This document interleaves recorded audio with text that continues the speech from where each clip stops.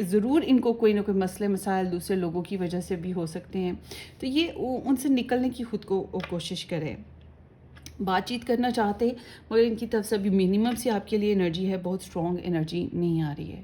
اور اگر آپ کہو کہ آپ تو ان کے ساتھ میرڈ ہو، ریلیشن میں ہو، تو سیمز لائک کہ یہ اس ریلیشن کی جو بلز ہیں، فیملی کنسٹرکشن کہہ لو، شیئرنگ کہہ لو، اور فزیکل کنیکشنز کہہ لو، ہر چیز کو بہت سوچتے ہیں. ٹھیک ہے، یہ ایک پریکٹیکل پرسن ہے، یہ ایسا انسان نہیں ہے جو خواب و خیالوں میں رہتا ہے. آپ کے لیے ایڈوائس یہ آتی ہے کہ آپ اپنے آپ کو خواب کوئی آئے تو اس کو غور کریں. آپ کی انٹویشن، آپ کی سکس سینس، آپ کی ٹیرو ریڈنگز، یہ جو آپ دیکھتے ہیں، یہ سب آپ کے لیے یونیورس کی طرف سے سگنل ہیں. ٹھیک ہے، آپ کو آپ کی انر وائس آپ کو ملے گی. آپ ابھی کمیونیکیشن میں ان کے ساتھ نہیں ہیں تو ابھی آپ اسٹل کمیونیکیشن میں نہ رہے. اگر آپ کے پاس کوئی سیکرٹس ہیں تو ابھی آپ اپنے سیکرٹس سیکرٹ رکھیں. اگر آپ نے ابھی تک یہ ریلیشن سیکرٹ رکھا ہوا ہے تو تب بھی آپ کو یہ ریلیشن ابھی سیکرٹ رکھنا چاہیے. آپ ان سے بات نہیں کریں، ابھی چپ رہیں. ٹھیک ہے، آپ کو بہرحال اپنا انر ورک آپ کو کرنا ہے. اپنی کمزوریاں، اپنی خامیاں، اپنی پریشانیاں، ان چیزوں کے اوپر ورک کرنا ہے. انسیکیورٹی ہے یہاں پر، تو اب میں سمجھتی ہوں کہ آپ اپنے اوپر ورک کریں، ان کو اپنی لائف میں ورک کرنے دیں. یہ بیسٹ رہے گا آپ کے لیے. ٹھیک ہے، ہوپ فار دا بیسٹ. یہ آپ کی ریڈنگ ہے group number 1. Thank you so much for joining. Take care, by. Let's see option number 2. جن لوگوں نے یہ اسٹار چوز کیا تھا، دیکھتے ہیں آپ کے پرسن آف انٹرسٹ کی انرجیز آپ کے لیے کیا ہیں. سو یہاں پر ہے 7 آف کپس، اسکارپیو انرجی ہے. 2 آف سورڈز،